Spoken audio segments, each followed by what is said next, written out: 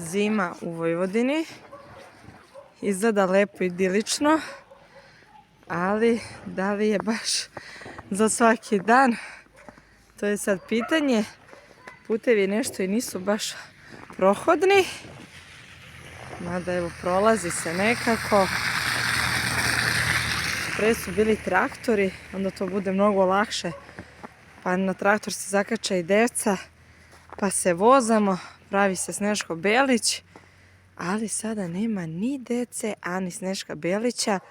Neka smo se utrkivali koji sokak je jači, ko ima jače grudve, ko ima većeg Sneška Belića.